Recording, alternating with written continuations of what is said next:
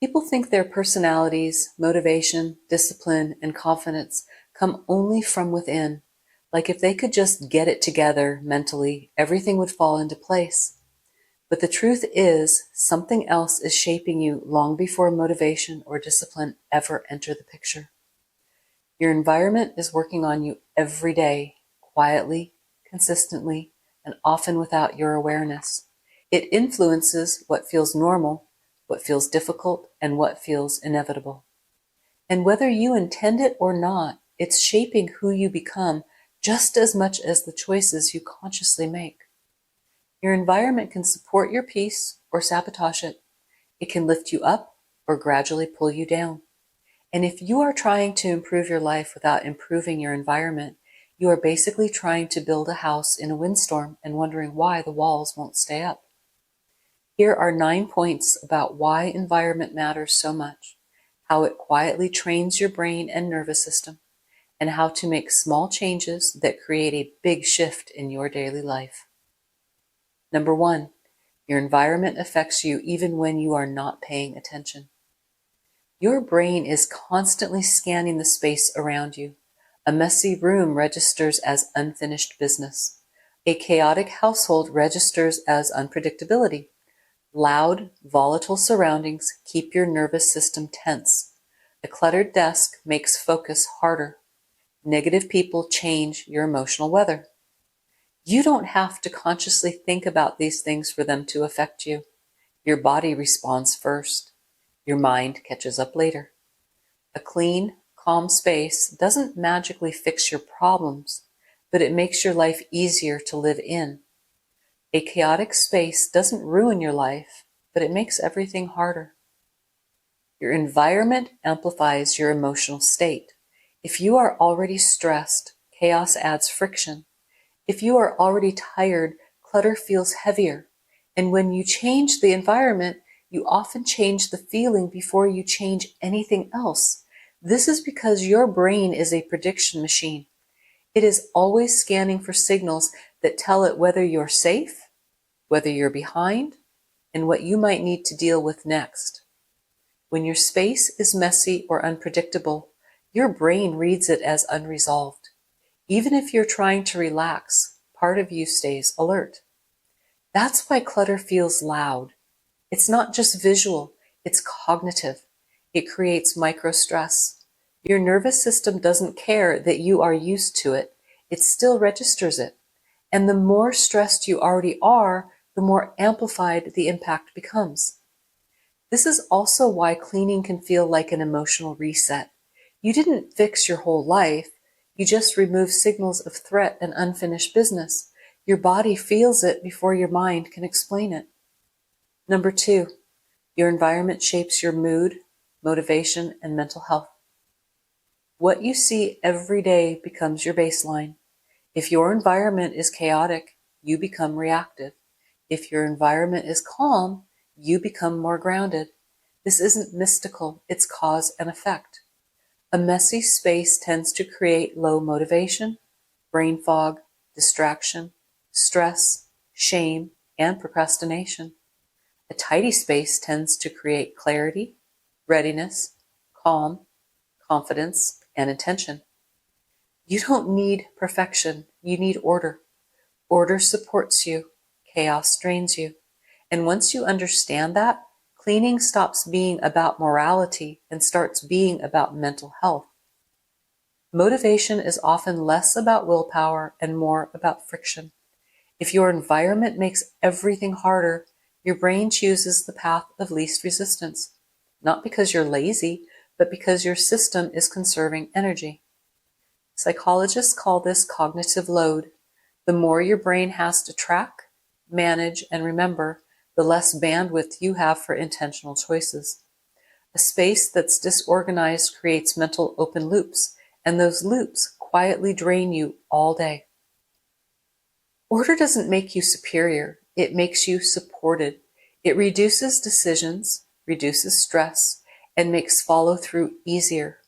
That's why a tidy environment often creates a mental shift, even when nothing else has changed. Number 3, you absorb the energy of the people around you. Your environment isn't just physical, it's emotional. If the people around you are dramatic, negative, impulsive, disrespectful, chaotic, inconsistent, constantly complaining, gossiping, or fighting, you absorb that atmosphere, not because you're weak, because humans are wired for emotional contagion. We synchronize, we mirror, we adapt. Put yourself around miserable people and your mood sinks. Put yourself around stable, optimistic people and your standards rise.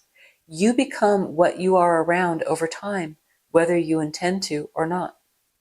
This is why protecting your environment includes protecting who has access to you. Humans regulate through other humans. That's not a vibe thing, it is nervous system biology. If you are around someone who is constantly tense, reactive, angry, or chaotic, your body mirrors it. You become more guarded without realizing it. This is why certain people leave you feeling exhausted, even if nothing bad happened. Your system spent the entire interaction bracing, adjusting, and scanning. That's emotional labor, and it adds up. The opposite is also true.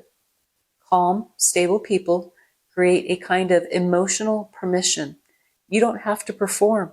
You don't have to defend. You can breathe. That's not weakness.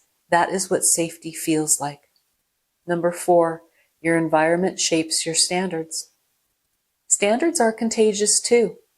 If everyone around you settles, tolerates disrespect, makes reckless choices, blames others, avoids responsibility, lives in denial, and stays in chaos, that becomes normal, and you will naturally lower your standards to match the room you're in.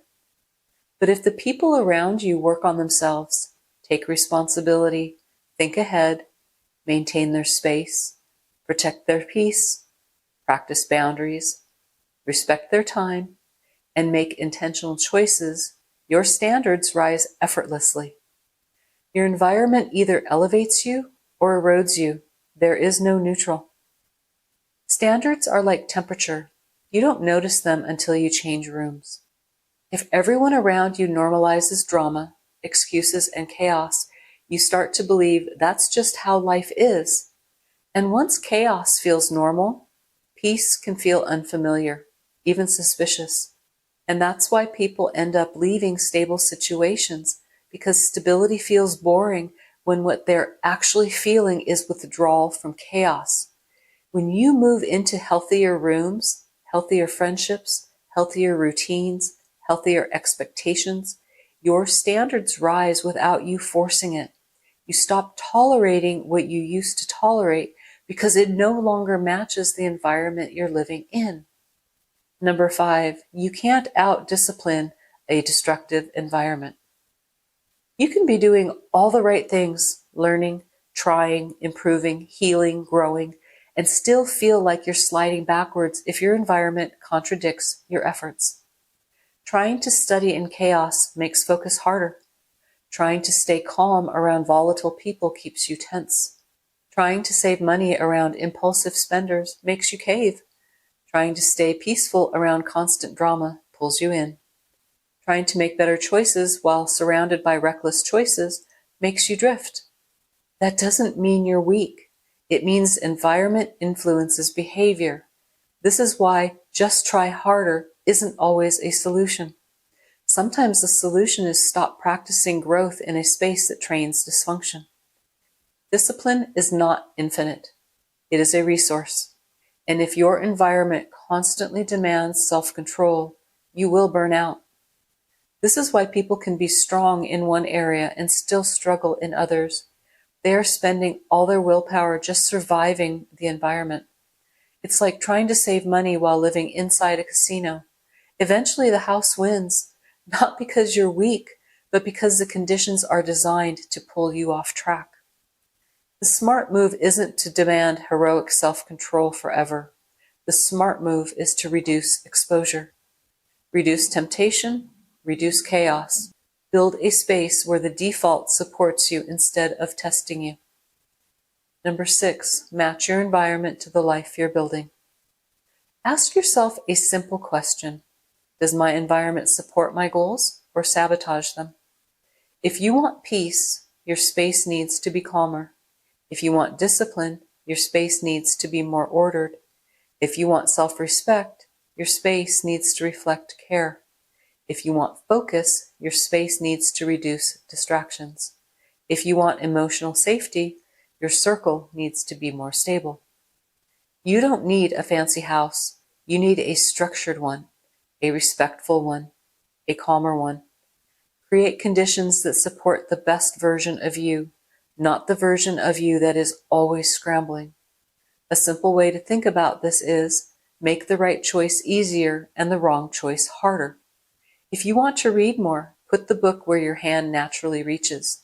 If you want to eat better, make the healthy options the convenient option. If you want peace, reduce the noise that steals it. This is behavior design, not self-criticism. Your environment is like an invisible coach. It's either nudging you toward who you want to be or nudging you back toward who you are trying to outgrow. And nudges win more often than motivation does. Number 7, sometimes you need to change your environment to change your life. Yes, you can change yourself. You can change your habits. You can change your mindset. But sometimes your environment is the anchor pulling you down. And if you don't lift the anchor, you keep wondering why you are not moving. Sometimes the change is simple. Clean your room, adjust your routine, organize your life, close the door to certain people, stop letting other people's chaos leak into your space. Give yourself a corner of life that feels safe. It doesn't have to be dramatic. Small environmental changes create big internal shifts. Less noise, more structure, more silence, better routines, different access. People often wait until they feel better to clean up their environment, but the environment is often part of why they don't feel better. You don't always clean because you're motivated. You clean to create motivation. Start small. One surface, one drawer, one corner that becomes your calm space, one boundary with a noisy person, one change in routine that reduces chaos in the morning. Your brain notices these changes quickly because it is hungry for relief. Small changes don't just improve your space. They rebuild self-trust. They tell you, I can influence my life. And that message is powerful. Number 8, your space reflects how you treat yourself. A neglected environment is often a sign of self-neglect. A cared-for environment is often a sign of self-respect. When you take care of your space, you send yourself a message. I deserve calm. I deserve order. I deserve comfort. I deserve a life that supports me. The space you live in becomes the space you think in. Create it with intention, not for aesthetics, but for function, for peace, for mental clarity. This is where self-respect and environment connect. A cared-for space isn't about looking put together for other people. It's about living in a place that communicates, I matter. Your environment becomes a mirror. If everything around you feels neglected, your mind starts to feel neglected too. If your environment feels supportive, your mind feels safer inside it. You don't need aesthetic perfection. You need signals of care, signals of order, signals that you are not living in constant chaos and disorder. Those signals change how you feel before you even speak a word. Number 9, environment is the silent architect. There are things you can't always change: your past, your parents, your circumstances, your genetics, your opportunities. But you can change your environment. And when you do, your mood, choices, habits, and progress often improve automatically. Because environment is the silent architect of your life. It shapes what feels easy, what feels hard, what feels normal, and what feels possible. This is why environment is one of the highest return improvements you can make.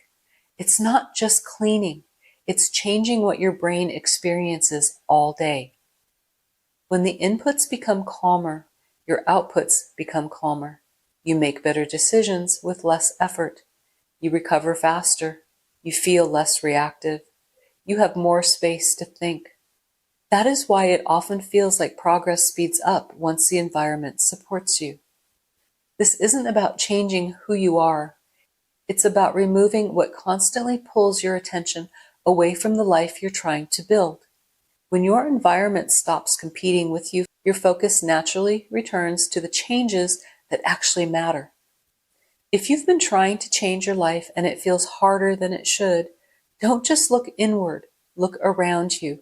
Your environment may be quietly working against you. You don't need perfection, you need support.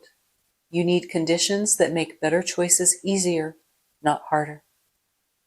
I've linked a companion PDF below to help you identify what in your environment is draining you and what small changes will give you the biggest return.